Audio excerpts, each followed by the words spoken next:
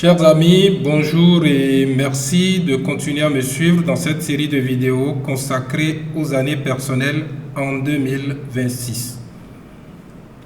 Aujourd'hui, nous allons aborder l'année personnelle 7 en 2026.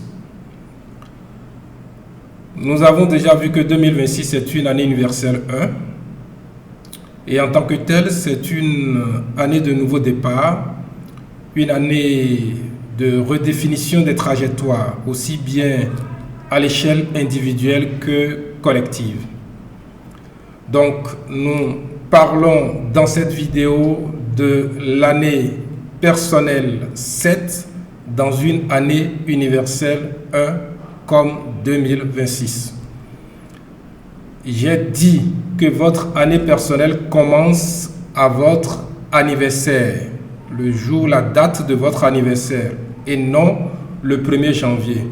Et cela a suscité beaucoup d'étonnement et de questionnement.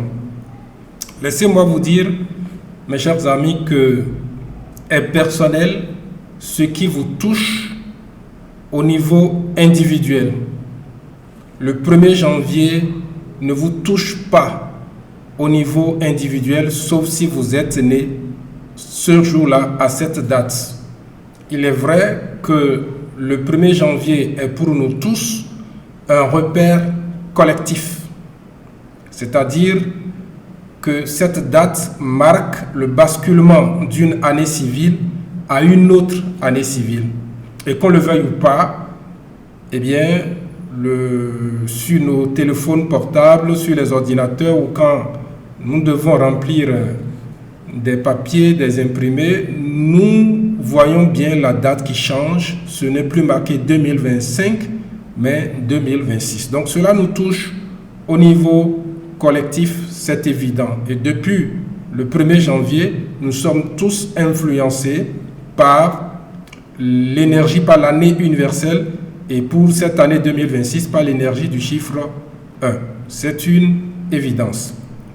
Cependant, des 365 jours de l'année, celui qui vous concerne particulièrement, c'est bien le jour de votre naissance, c'est bien votre anniversaire.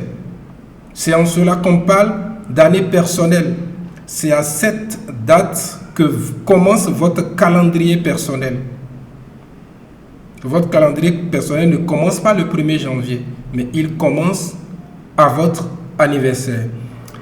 Alors, quelqu'un m'a demandé, eh bien, si je suis né en juillet, cela signifie que mon année personnelle va durer 6 mois.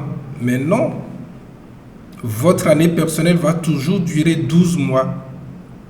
Mais elle sera, pour beaucoup d'entre nous, à cheval entre une année civile et la suivante.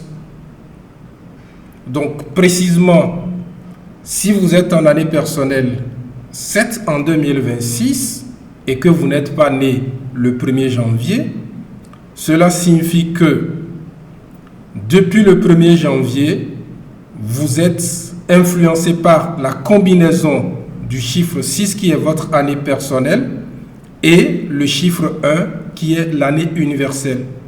Et cela va durer jusqu'à la veille de votre anniversaire en cette année 2026. Et ce n'est qu'à partir de votre date d'anniversaire que vous serez influencé par le chiffre 7. Jusqu'à la veille de votre prochain anniversaire. C'est comme cela que ça se passe. C'est une évidence, c'est clair. C'est vrai que nous n'avons pas toujours adopté cette lecture, mais je pense que ça vaut vraiment la peine de se pencher là-dessus, de réfléchir à cette réalité qui vous paraît nouvelle.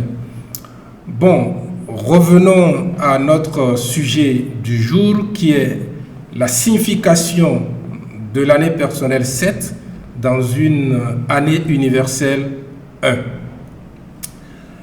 Bon, la combinaison du 7 qui est l'année personnelle et du 1 qui est l'année universelle, je dirais que cette combinaison produit une tension très intéressante à comprendre. Parce que en réalité, l'année universelle 1 pousse le monde à s'élancer, à rechercher de nouveaux horizons. Tandis que l'année personnelle 7 vous demande à vous de prendre du recul, d'analyser, de ne pas agir dans la précipitation, de réfléchir correctement avant de prendre des décisions, avant d'agir.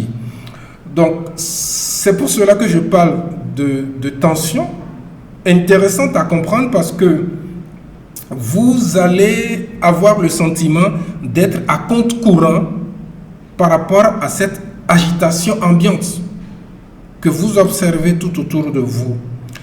Mais ce décalage n'est pas un retard, ce n'est pas un retard que vous avez par rapport aux autres. C'est plutôt, disons, une stratégie intérieure. Le chiffre 7 symbolise entre autres la perfection. Le 7, c'est la perfection. La perfection tant dans le mal que dans le bien. C'est pour cela qu'on parle des 7 péchés capitaux, mais aussi des 7 vertus cardinales. Et l'organe constitutionnel dans de nombreux pays, qu'on appelle souvent la Cour constitutionnelle, eh bien, dans beaucoup de pays, cette cour est composée de 7 juges, qu'on appelle communément les 7 sages. Même s'ils ne sont pas toujours sages, on les appelle les 7 sages. Ils sont au nombre de 7. Et nous savons qu'en droit, les décisions de la Cour constitutionnelle sont sans recours. Lorsque la Cour constitutionnelle décide, il n'y a pratiquement pas de recours, si ce n'est pas vous plaindre à Dieu. Donc à partir de là, les 7 sages doivent beaucoup réfléchir avant de prendre leurs décisions, parce que toute décision qu'ils vont prendre aura des conséquences irréversibles. Et c'est pareil pour vous qui êtes dans une année personnelle 7. Tout ce que vous allez décider, vos actions, vos actes auront des conséquences irréversibles. Surtout dans l'année à venir, l'année personnelle 8, qui va être pour vous soit l'année de récompense, l'année où vous allez récolter les fruits de ce que vous avez semé, ou l'année de punition, en tout cas l'année où vous devez rendre compte de vos actes.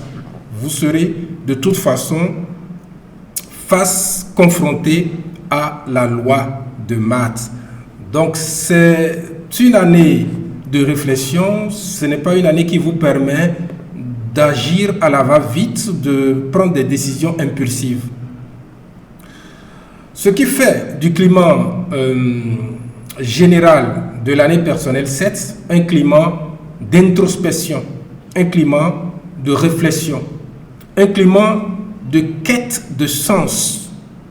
C'est une année qui vous apprend à vous découvrir, à vous auto-découvrir, à revenir à l'essentiel, être centré sur vous-même.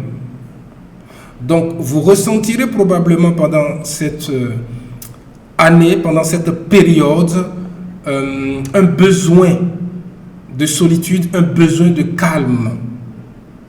Vous allez certainement avoir envie de comprendre le pourquoi des choses, d'aller en profondeur par rapport à toutes vos décisions, à toutes vos réflexions.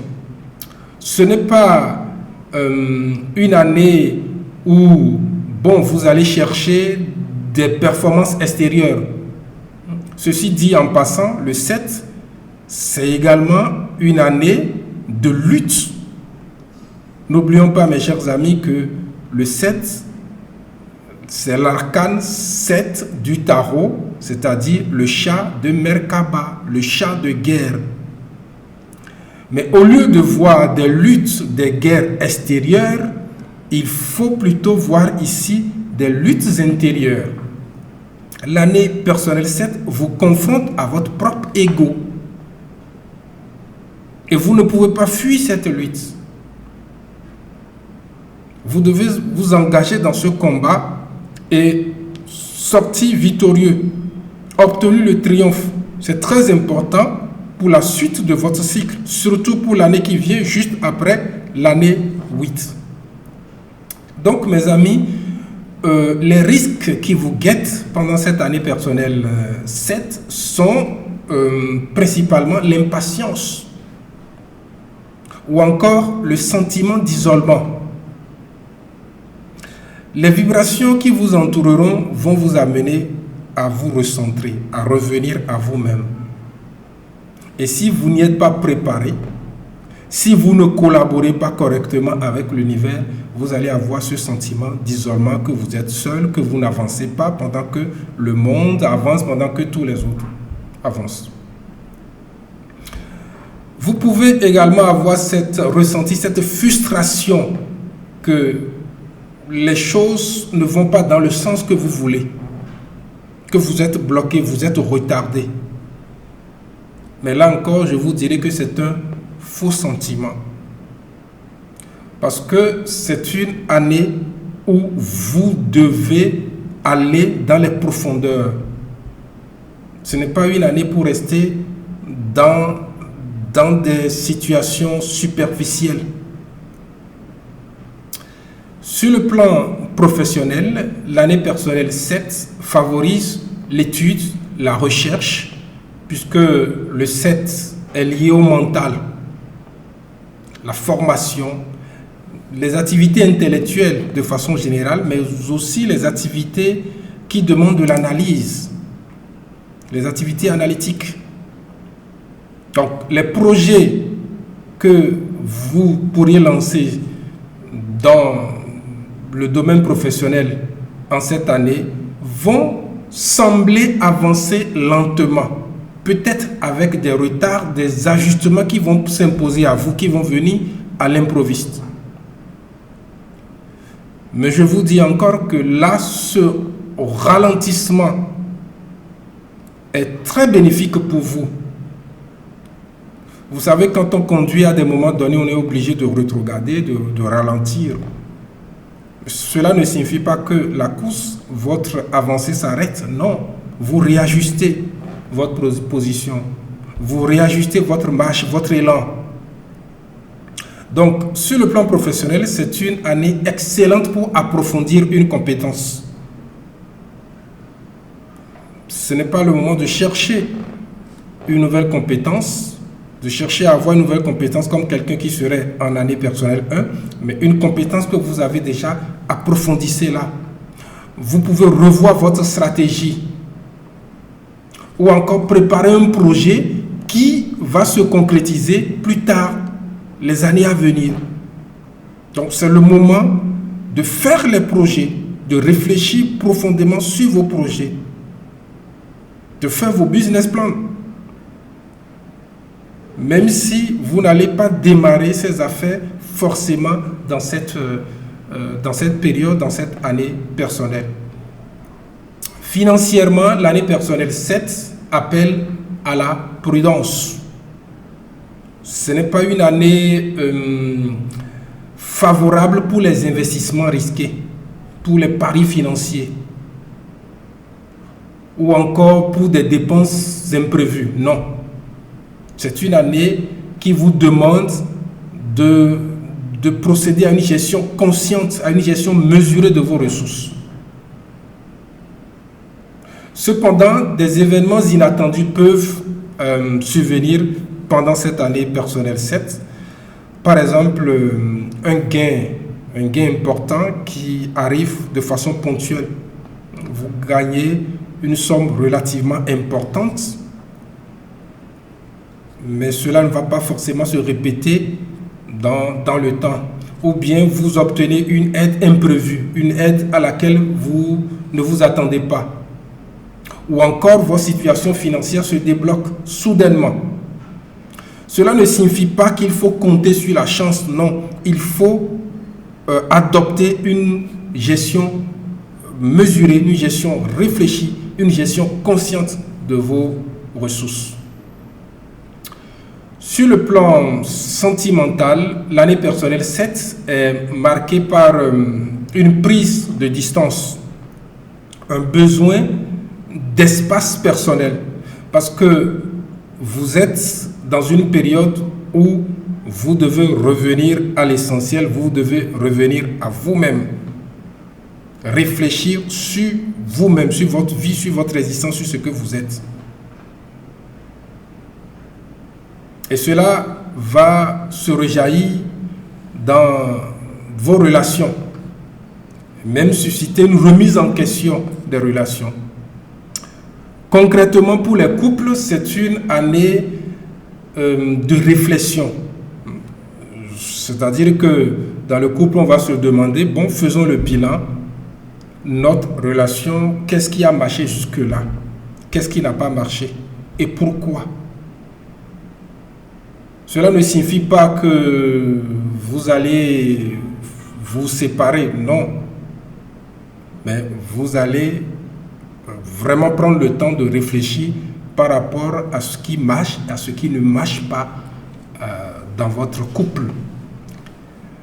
Mais nous devons quand même préciser que c'est une année où on peut être, pour diverses raisons, amené à s'éloigner temporairement du conjoint, peut-être pour des raisons professionnelles, une séparation temporaire, pas définitive.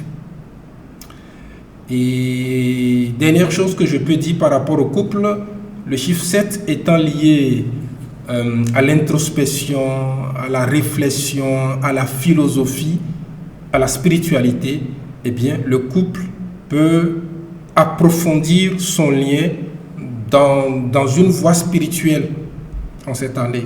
C'est-à-dire le couple les deux conjoints commencent par ressentir des inquiétudes spirituelles très, très profondes et décident d'explorer le monde de la mystique. Pour les célibataires, il y a peu de rencontres superficielles qui s'annoncent pour cette année personnelle 7. Par contre, c'est une année qui va vous permettre d'avoir une très bonne compréhension de ce que vous recherchez réellement. C'est-à-dire qu'en sortant de votre année personnelle 7, le profil de votre conjoint ou de votre conjointe sera très clair. Le type de femme, le type d'homme que vous recherchez, qui va vivre avec vous, vous n'allez plus avoir de doute par rapport à cela. Bref, c'est une année qui privilégie la qualité intérieure à la quantité relationnelle. L'année 7 est très bonne des 9 années personnelles. Après l'année personnelle 9, c'est l'une des meilleures pour la méditation, pour le travail sur soi, pour la spiritualité de façon générale, pour la philosophie, pour être plus simple, réfléchir au mystère de la vie et de la mort. Donc c'est une année où votre intuition va être renforcée, votre capacité d'observation aussi. Et donc l'année va vous permettre de comprendre les différents schémas de la vie, de travailler sur vous-même. N'oubliez pas de jeter un coup d'œil à la grille d'inclusion pour voir la fréquence du chiffre 7 dans votre nom complet usuel. N'oubliez pas de le faire, c'est important pour voir déjà si cette vibration du chiffre 7, vous allez la vivre, la capter, la vivre facilement, ou cela va être un peu plus pénible pour vous. En conclusion, mes chers amis, si vous êtes en année personnelle 7, n'ayez pas peur du ralentissement. Accueillez-le. Comprenez que vous êtes dans une phase où vos actes pèsent lourd. Vous devez réfléchir avant d'agir. Tout ce que vous allez faire en cette année aura une influence incontournable et puissante sur votre année personnelle qui vient juste après, l'année 8, qui est l'année où vous allez récolter les bons fruits ou plutôt les mauvais fruits. L'année de la justice, l'année de l'abondance ou de la sécheresse financière. Voilà, mes chers amis, mon message pour l'année personnelle 7. On se retrouve très bientôt pour la suite. pour parler notamment de l'année personnelle 8. Merci à vous. Ciao, ciao.